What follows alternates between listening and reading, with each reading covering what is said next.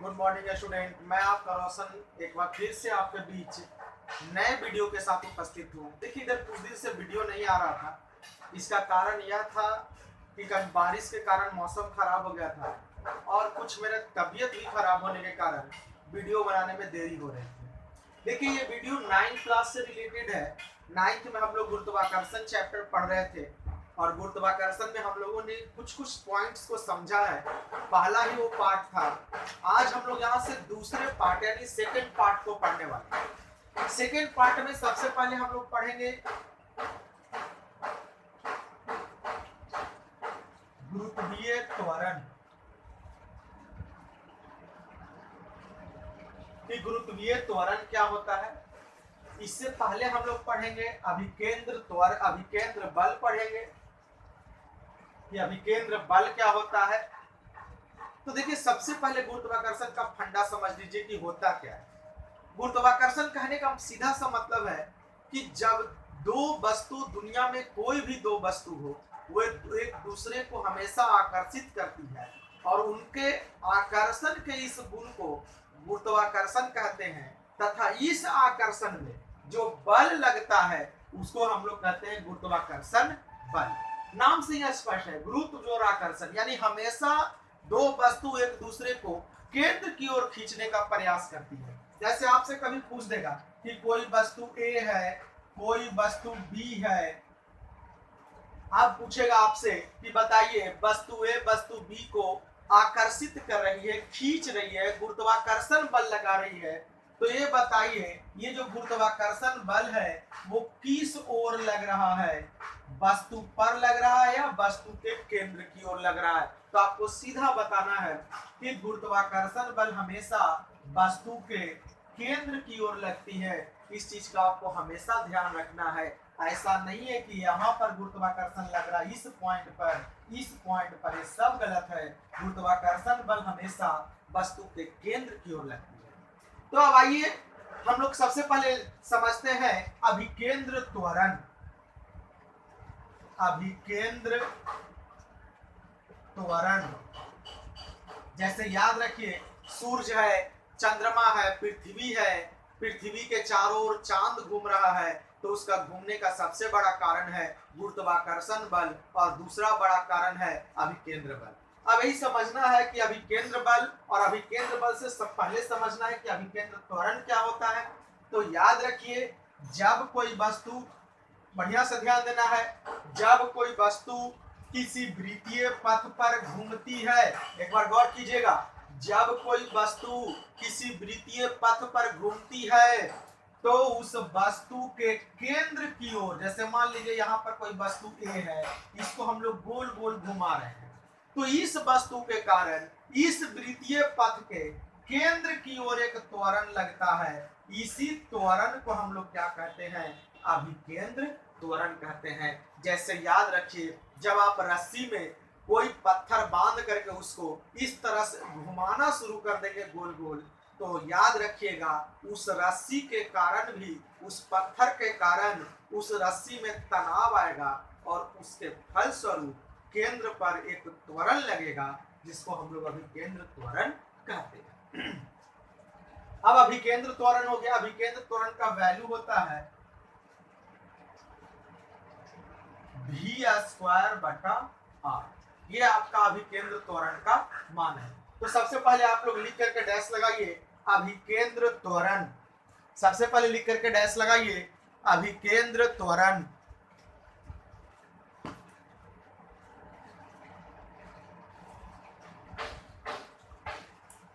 तो लिखिएगा, जब किसी वस्तु को किसी वृत्तीय पथ पर घुमाया जाता है, जब किसी वस्तु को किसी वृत्तीय पथ पर घुमाया जाता है तो उस वस्तु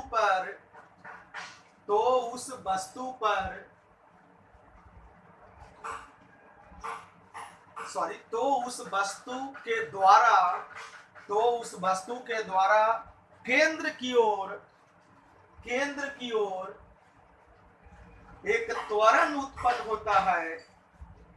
केंद्र की ओर एक त्वरण उत्पन्न होता है जिसे अभिकेंद्र त्वरण कहते हैं, जिसे अभिकेंद्र त्वरण कहते हैं।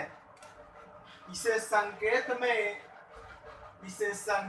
में स्मॉल ए से, इसे संकेत में स्मॉल ए से सूचित करते हैं। इसका पिक्चर ड्रा कीजिएगा। देखिए ये आपका वृत्तीय पथ है, ये आपका केंद्र है। मान लीजिए कि वस्तु यहाँ पर है तो अभिकेंद्र त्वरण इधर हो गया। अगर आप वेग के अगर इसको छोड़ देंगे तो ये इधर निकल जाएगा तोड़ते हुए। हालांकि पीछे भी पढ़े हैं इसके बारे में। अगर वस्तु यहाँ पर आ गया तो ये हो गया अभिकेंद्र त्वरण और ये हो गया बाहर की ओर दिशा।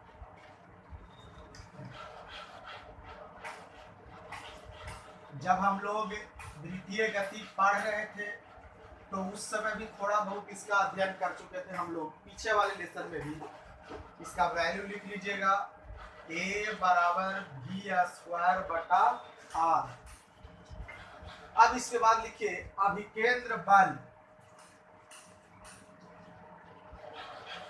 अभिकेंद्र बल लिख करके डैश लगाइए, अभिकेंद्र बल लिख करके डैश लगाइए। तो लिखिए जब किसी वस्तु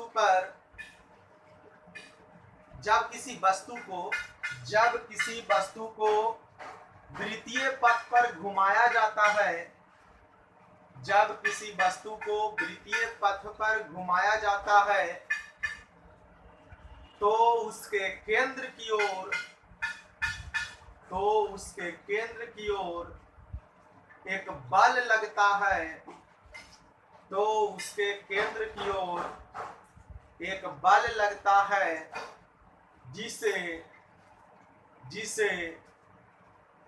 अभिकेंद्र बल कहते हैं, जिसे अभिकेंद्र बल कहते हैं। अब देखिए बल से एक चीज क्लियर है, हम लोग पीछे पढ़े हैं बल बराबर द्रव्यमान गुणे त्वरण, हमने इसे पढ़ लिया ऑलरेडी। अब बल को किससे डिनोट करेंगे? F से, द्रव्यमान को M से, त्वरण को A से। तो F बराबर M और A के जगह पर क्या हो गया v² बटा r, तो हो गया F बराबर mv² बटा r।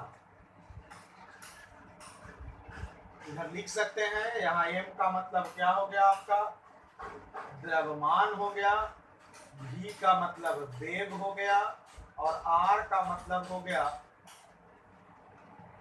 त्रिज्या। चलिए अब अभिकेंद्र बल के बाद लिखेंगे अपकेंद्र बल।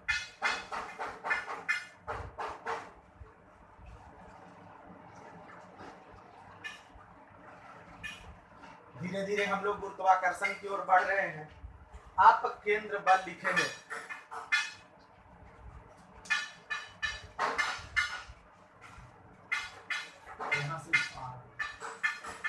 अपकेंद्र बल लिख के डैश लगाएंगे। अब देखिए अपकेंद्र क्या,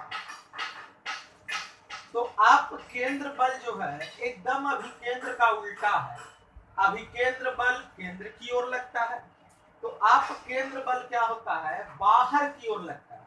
जैसे आप लोग घर में कभी देखे होंगे कि जब दही से मक्खन को निकाला जाता है तो दही को देखते हैं कि पूरा महा जाता है महानी से, और जब महते हैं हम लोग दही को खूब उसको पेरते हैं इस तरह से करके, तब क्या होता है कि मक्खन जो होता है वो दही से या दूध से निकल करके बाहर की ओर जाता है। तो वो जो बाहर की ओर जाता है और बर्तन की दीवार पर जाकर के चिपक जाता है, वो किस बल के कारण हो रहा है? अपकेंद्र बल के कारण। एक बार फिर से समझिएगा, जैसे मान लीजिए कि इस बर्तन में पूरा दूध भरा हुआ है और इसको किसी महानी से हम लोग इस तरह से महते हैं, तो देखते हैं कि दूध से मक्खन निकल करके दीवार पर ऐसे चिपक जाता है, यानी बाहर की ओर मक्खन के कारण। तो ये जो बल लगता है, जो जिस बल के कारण मक्खन बाहर की ओर फेंकाते चल जाता है, बर्तन के दीवार पर चिपकते चल जाता है, वो जो बल हो गया उसको क्या कहते हैं? अपकेंद्र बल। इस प्रक्रिया को अपकेंद्रण भी कहते हैं। आगे पढ़िएगा इसको केमिस्ट्री वगैरह में। तो चलिए लिखिए आप केंद्र बल। लिखिए जब किसी वस्तु को वृत्तीय पथ पर घुमाया जाता है, जब किसी वस्तु को वृत्तीय पथ पर घुमाया जाता है तो उस वस्तु के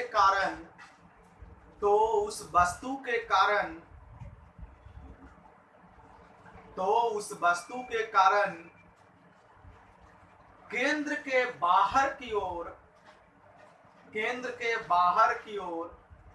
एक बल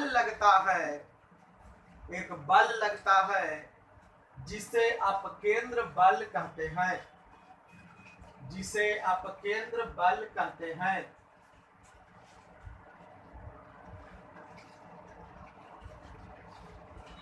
चलिए अब क्वेश्चन लगाइएगा आप लोग, गुरुत्वाकर्षण का सर्वांतरिक नियतांक क्या है? क्वेश्चन लिखिएगा, गुरुत्वाकर्षण का सर्वांतरिक नियम क्या है? आपका क्वेश्चन होगा गुरुत्वाकर्षण का सर्वांतरिक नियम क्या है?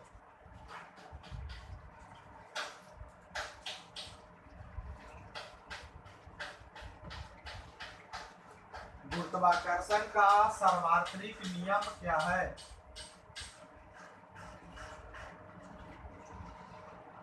चलिए देखिए, गुरुत्वाकर्षण का सर्वांतरिक नियम समझने से पहले न्यूटन के पूरा थ्योरी के बारे में समझिए। न्यूटन साहब क्या किए कि पूरा प्रयोग और परीक्षण करके 1687 ईस्वी में इन निष्कर्ष पर पहुंच गए कि अब गुरुत्वाकर्षण से संबंधित 2 नियमों को दिया जा सकता है और उसी 2 नियमों को गुरुत्वाकर्षण का सर्वांतरिक नियम कहते हैं। जैसे मान लीजिए कि कोई वस्तु m1 है जिससे r दूरी पर कोई वस्तु m2 है। अब गुरुत्वाकर्षण का सीधा सा मतलब है आकर्षण ही होगा, विकर्षण कभी होने वाला नहीं है। अब इसके बीच की दूरी r है, तब क्या होगा कि m1 जो है r पर बल लगाए, m2 पर बल लगाएगा और m2 किसके ऊपर बल लगाएगा? m1 पर बल लगाएगा। तब इन निष्कर्ष पर पहुंचते हैं कि किन्हीं दो वस्तुओं के बीच ध्यान से समझिएगा, किन्हीं 2 वस्तुओं के बीच लगने वाला गुरुत्वाकर्षण बल उनके बीच के दूरी के वर्ग के व्युत्क्रमानुपाती होता है। इसका सीधा सा मतलब वर्ग के व्युत्क्रमानुपाती। याद रखिए, व्युत्क्रम का मतलब उल्टा होता है, यानी कोई चीज बढ़ेगा तो दूसरा घटेगा, कोई घटेगा तो दूसरा बढ़ेगा। यानी कि अगर हम दूरी को बढ़ा देंगे तब बल घट जाएगा और दूरी को घटा देंगे तो बल बढ़ जाएगा। पहला नियम ये था। दूसरा वो कहते थे कि किन्हीं 2 वस्तुओं के बीच लगने वाला गुरुत्वाकर्षण बल उनके द्रव्यमान के गुणनफल के समानुपाती होता है। समानुपाती का मतलब एक बढ़ेगा तो दूसरा भी बढ़ेगा। जैसे मान लीजिए कि 2 रुपया में 1 कलम मिलता है तो 4 रुपया में 2 कलम मिलेगा, 6 रुपया में 3 कलम मिलेगा। जैसे जैसे पैसा बढ़ रहा है वैसे वैसे कलम की संख्या बढ़ रही है, तो इसको हम लोग समानुपाती कहते हैं। अब दूसरा व्युत्क्रमानुपाती मैं आपको एक एग्जांपल से समझाता हूँ। सपोज दैट अगर गाड़ी के स्पीड 20 किलोमीटर प्रति घंटा है तो किसी यात्रा को, या मान लीजिए कि जहानाबाद से पटना जाने में समय लगता है 4 घंटा, या और मान लीजिए कि समय लगता है 10 घंटा। लेकिन अगर मान लीजिए कि इसके स्पीड को हम बढ़ा देंगे तो समय क्या हो गया? स्पीड अगर दुगना है तो समय क्या हो गया? आधा हो गया। यही समझना है व्युत्क्रमानुपाती कि अगर एगो बढ़ा दिए तो दूसरा का क्या हो गया? अगर एगो घट जाएगा तो दूसरा का क्या होगा? बढ़। तो ये हमेशा ही व्युत्क्रम हुआ, उल्टा हो गया एकदम। और समानुपाती का मतलब एक बढ़ा तो दूसरा भी बढ़ा। जैसे देख लीजिए, अगर एक आदमी एक काम को ऐसे सपोज ऐसे समझ लीजिए कि अगर एक आदमी के पास 100 रुपया है, 100 रुपया में अगर वो 50 वस्तु खरीदता है तो 200 रुपया में वो 100 वस्तु खरीदेगा। इस तरह से अगर पैसा बढ़ते जाएगा तो वस्तु की संख्या भी क्या होगी? बढ़ते जाएगी, तो वो समानुपाती हो जाएगा। तो लिखिए, पहले फिगर ड्रा कर लीजिएगा इस पिक्चर को ड्रा कर लीजिए और लिखिए लिखिए 1687 ईस्वी में 1687 ईस्वी में सर आइजैक न्यूटन ने 1687 ईस्वी में सर आइजैक न्यूटन ने गुरुत्वाकर्षण से संबंधित सर आइजैक न्यूटन ने गुरुत्वाकर्षण से संबंधित दो नियमों को दिया जिसे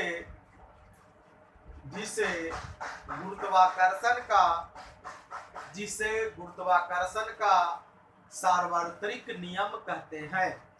जिसे गुरुत्वाकर्षण का सार्वत्रिक नियम कहते हैं। अब सार्वत्रिक का मतलब क्या हो गया? जो मतलब पूरे यूनिवर्स में मान लो, पूरे ब्रह्मांड में, यानी पृथ्वी पर बैठल है तैयो ही नियम काम करेगा, चांद पर चल जाएंगे तो वहां भी नियम काम करेगा, अगर भविष्य में मंगल ग्रह पर जाएंगे तो वहां भी नियम काम करेगा। यानी कि इस ब्रह्मांड के किसी भी पिंड पर हम चले जाएंगे तो हर जगह ये नियम मान्य होगा, कहीं पर भी ये नियम बदलने वाला नहीं है। उसको सार्वत्रिक कहते हैं, जिसे गुरुत्वाकर्षण का सार्वत्रिक नियम कहते हैं। जो निम्न प्रकार है। अब पहला लिखिएगा और लिखिए किन्हीं दो वस्तुओं के बीच लगने वाला गुरुत्वाकर्षण बल, किन्हीं दो वस्तुओं के बीच लगने वाला गुरुत्वाकर्षण बल उनके बीच के दूरी के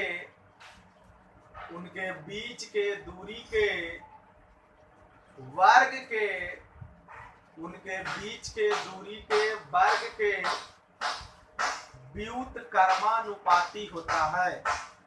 उनके बीच के दूरी के वर्ग के व्युत्क्रमानुपाती होता है।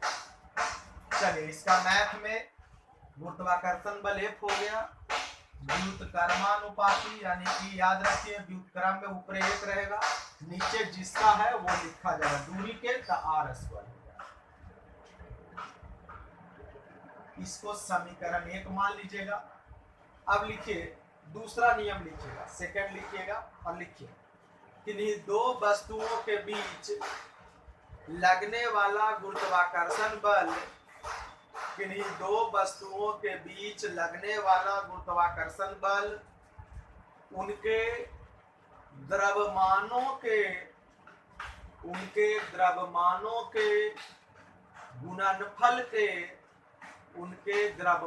के गुणनफल के समानुपाती होता है। उनके द्रव्यमानों के गुणनफल के समानुपाती होता है। इसको ऐसे लिखिएगा F समानुपाती M1 × M। इसको आप लोग लिखिएगा समीकरण। क्लियर? अब लिख लीजिए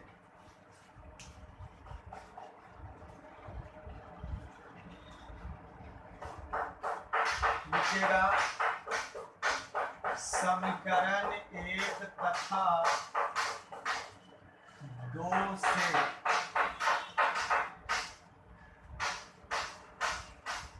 M1 × M2 बटा R²।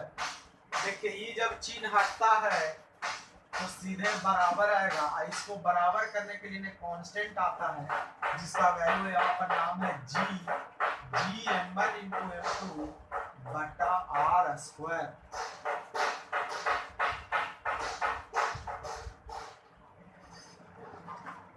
अब देखिए यहाँ पर G को कहा जाता है गुरुत्वाकर्षण का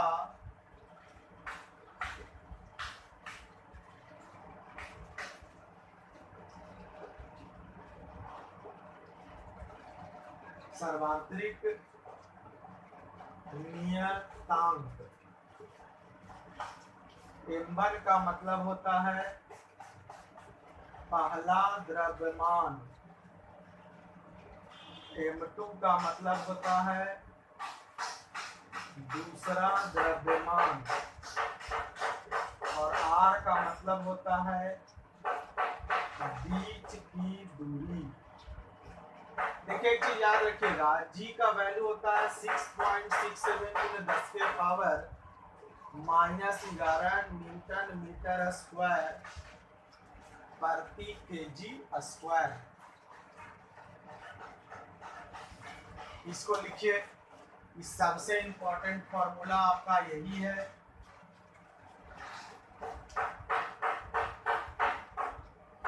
चलिए अब नोट में आइए आप लोग,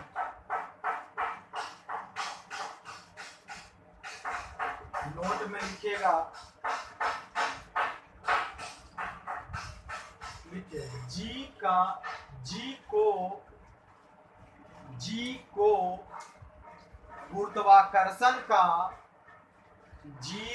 गुरुत्वाकर्षण का सार्वत्रिक नियतांक कहते हैं। जी को गुरुत्वाकर्षण का सार्वत्रिक नियतांक कहते हैं, जिसका मान 1798 ईस्वी में, जिसका मान 1798 ईस्वी में हेनरी केवेंडिश, जिसका मान 1798 ईस्वी में हेनरी केवेंडिश नामक वैज्ञानिक ने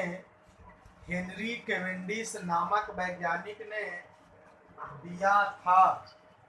हेनरी केवेंडिश नामक वैज्ञानिक ने दिया था।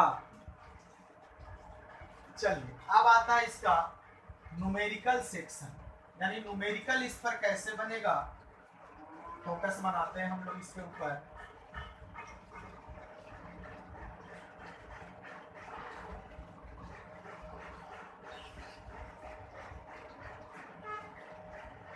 देखिए जी का एक वैल्यू और है, इसको ऐसे भी लिख सकते हैं 6.67 × 10 के पावर -11 न्यूटन मीटर स्क्वायर पर केजी स्क्वायर, ऐसे भी इसको लिखा जा सकता है। अब आइए थोड़ा सा ध्यान देते हैं न्यूमेरिकल कैसे बनेगा। सपोज दैट आपको न्यूमेरिकल एक कॉलम के अनुसार दिया हुआ है,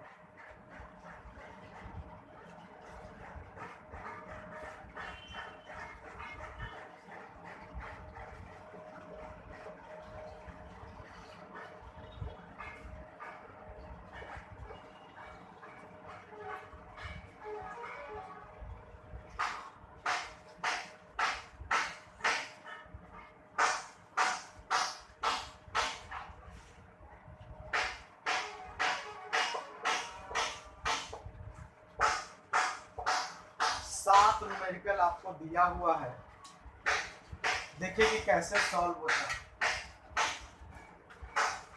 दूरी आपको दिया हुआ है 20 meter, 60 KG, 80 KG, 10 meter, 20 KG, 40 KG,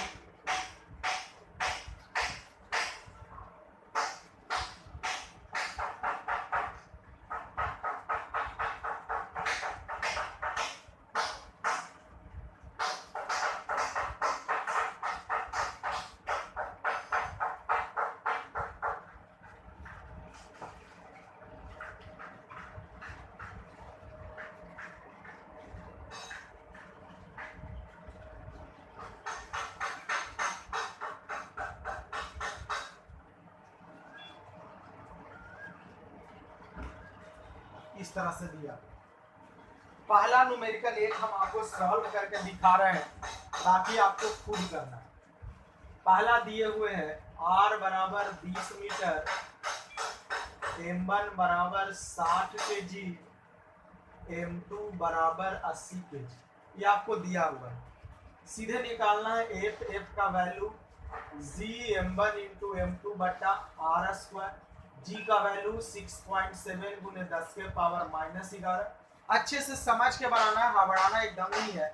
m1 का वैल्यू कितना हो गया 60, m2 का वैल्यू 80, नीचे r स्क्वायर यानी कि 20 गुना 20। काटिए, 20 दिया 60, अब 20 चौके 80, बचा कितना 6.67, 3 गुने 4 गुने 10 के पावर माइनस। अब देखिए इसको गुना करिए, 4 दिया 12, इधर है 6.7,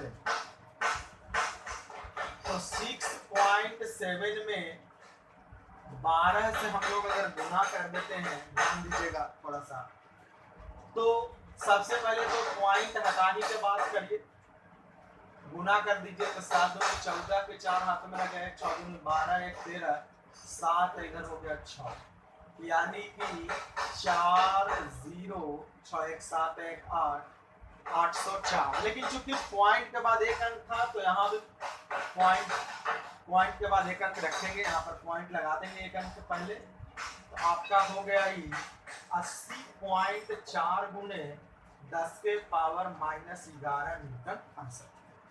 तो इस तरह से आपको सारे न्यूमेरिकल सॉल्व करना। एक हम बता चुके हैं, 6 क्वेश्चन और आपके लिए है। अब हड़बड़ाना नहीं है, वीडियो आपका कंटिन्यू रहेगा। नेक्स्ट डे आप लोग से फिर से मिलेंगे पार्ट 3 से। तब तक के लिए आप लोग इसको अच्छे से सॉल्व कीजिए और अच्छे से समझिए, याद कीजिए, नोट्स वगैरह बनाइए, उसको क्लियर कीजिए।